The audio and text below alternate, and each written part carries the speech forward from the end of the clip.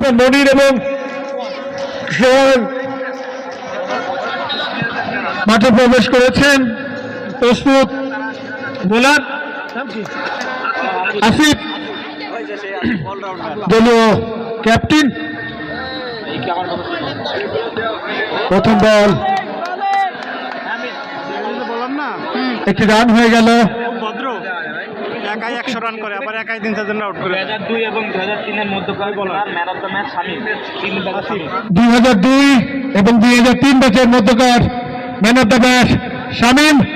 শামীমকে তার পুরস্কার গ্রহণের জন্য আমাদের ধারাবর্ষ কেন্দ্রে এসে উপস্থিত হওয়ার জন্য অনুরোধ করা যাচ্ছে।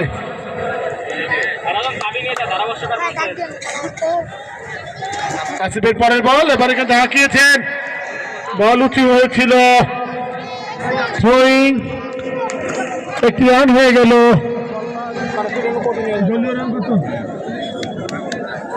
দলীয় রান 2, কোন উইকেট না হারিয়ে